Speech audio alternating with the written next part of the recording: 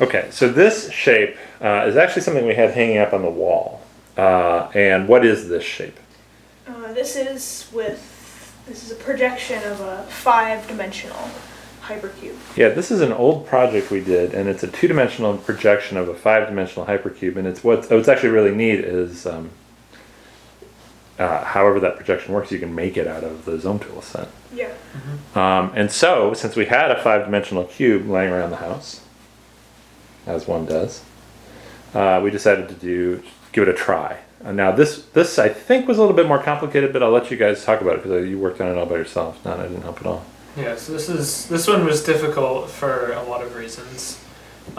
First, there aren't enough vertices, so the start and end vertex has to be the same. Okay. Also, the directions don't stay parallel, so you can't really go off of parallel here, and all of the vertices don't necessarily connect with each other. Like for example here, this connection from 21 to 2 isn't actually here, and like this connection from 70 to 66 isn't here. Okay. So there are connections that don't actually exist. All right, so yeah, that's interesting. So there are Zoom tool connections in this shape that make the shape look nice and pretty and symmetric. But they're not actually real edges of the cube. I mean, they're edges, but the edges, like maybe the edge just crosses this vertex, and like if you see on this one, like the edge could go over these vertices. Yeah. But if you projected it, it would look like it was passing through. Oh yeah. Say that one more time. But put this thing just wasn't on camera. Just put it forward a little bit more. There we go. So if you had this projected like this, you know that this edge doesn't actually pass through these two, but if it was projected down, it might look like it did. Okay, cool, neat. Yeah, so this one was kind of hard.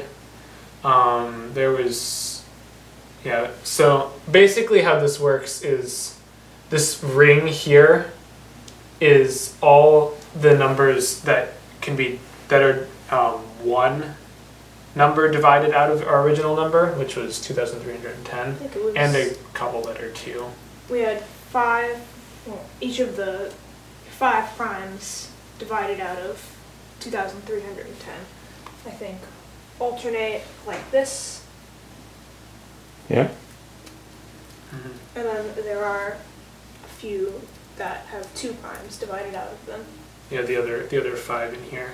Okay. And then next, this ring has the rest of the ones that have 2 primes divided out. I think it's this one, this one, that one, this one, and that one. Okay. And then half of the 3, the ones that have 3 primes divided out. Which I think they come from the ones that are on this inside ring here. All right, nice. So these kind of connect into them, but ignore these. All right, yeah, it's complicated. And then the outer ring is the remaining that have 3 primes divided out, and then our original primes, or the ones that have 4 primes divided out. Okay. Are these alternating? These are the primes, and then these are the ones that have 2 primes. All right. And everything all from the primes, they just go back into 1, which it overlaps with the original number. And then these go out to the primes. These connections don't exist. Interesting. So those are edges that go over the other ones, and then they zip into the middle.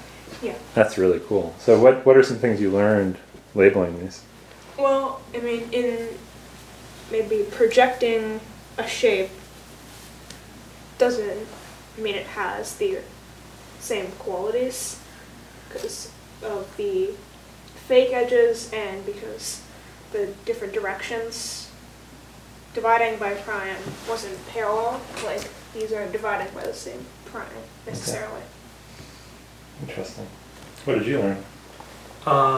Yeah, it was it's almost just like a puzzle that you have to solve, but half the information you're given isn't actually correct. That's interesting. Yeah.